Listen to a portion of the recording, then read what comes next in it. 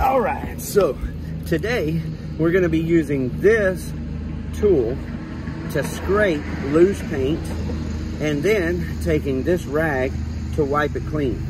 After that, I'll be coming back with a hammer to nail in all the loose nails. But right now, come along with me. I'll show you how you have to scrape an exterior to prepare it for painting. Of course, when I say paint, first it will be prime and it will be caulk.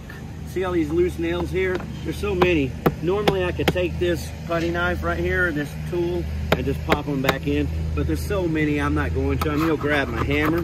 But first I'm gonna scrape. So what does scraping mean? Well, scraping is a lot like painting. It means scraping. You know, it's funny, I've been in business, I've been painting all my life. And we have jokes, just like every industry has jokes about people who pretend to be professionals in your industry. And so anyway, the funniest thing when you hire someone, put someone to work, and they say they're the painter, is by the end of the day, the first day, they're gonna complain. They're gonna say, man, I've been brushing a whole lot. You know, my arms hurt. You're like, what? Then you're not painting, because that's what painting is. Painting is brushing, painting is rolling. Painting is not standing still, and so neither is scraping. This is what scraping is. It's not a mystery. All of this has to be scraped. When I scrape my first pass, I'm checking to see if there's anything loose anywhere. I'm looking for nails. I'm looking for anything out of place that needs my attention, but especially anything loose.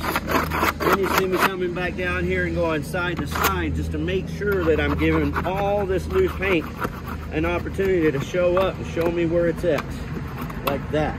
So I'm going to be very careful here, getting some of that off. Looky there. All right, so that's what I'm talking about. You never know where these spots are at. You have to find them. Usually, like, a good part of the house does talk to you. You have worn woods, you have weathered spaces. Well, you know that's a place that needs more attention. And so that's where I was at. What I'll do now is take that rag, like I said, just kind of clean that out of there with the rag. Then I will come up here and clean all this off so that I can get some tape and paper down.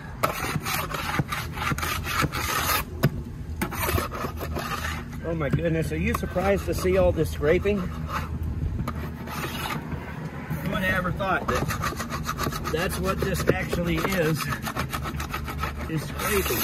But that's what it is, it's scraping.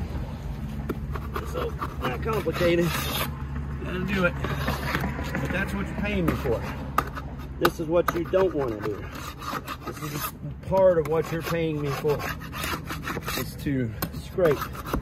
Now, people ask me all the time, probably the most common question I get asked. One is how do you cut in a straight line like that? Because if you're gonna paint, you have to be able to cut in a straight line. So people are pretty amazed with the straight line cut in, and I get that all the time. But people ask me, how do you do that? Goodness gracious, there's no way I could do all that work. Take care of yourself, and customers get concerned about me. And I love all that, I really do.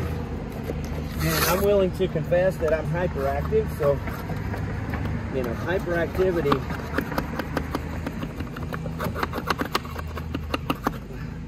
hyperactivity is a bonus always. The question is what do you do with it?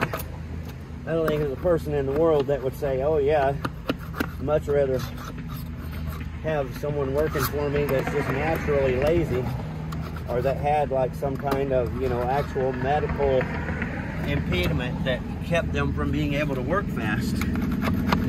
Nothing personal. You can't paint houses and make any money unless, one, you know what you're doing. That's important. See all these, every place where two pieces of wood come together has to be scraped. Just getting old caulk where it's kind of swelled, but that's important, and it gives me a place to put my new caulking, which is equally important.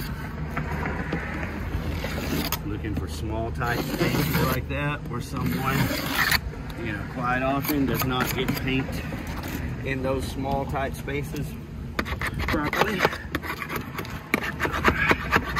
All right, so that's all we get. I just want to do a little bit of scraping here so that you can see how much fun it is. Okay, be sure and join me. I'm going to be priming all this in a little bit. Like I said, first I got to pound it all in. I've got a small section left here still to do, but other than that small section, it's all done. Here, I'll show you. All right, so here's where we're at.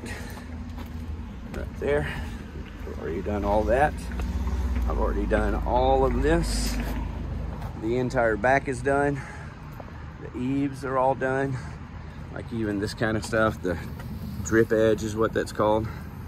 All that drip edge, all the way around the top of the house here is all been cleaned. All that fascia's cleaned. See, here's the drip edge. Some of that work, some of that. All right, all the way down, even that window. So that's where I stopped. I have from that spot there over to this corner. And I've already even done some of this corner.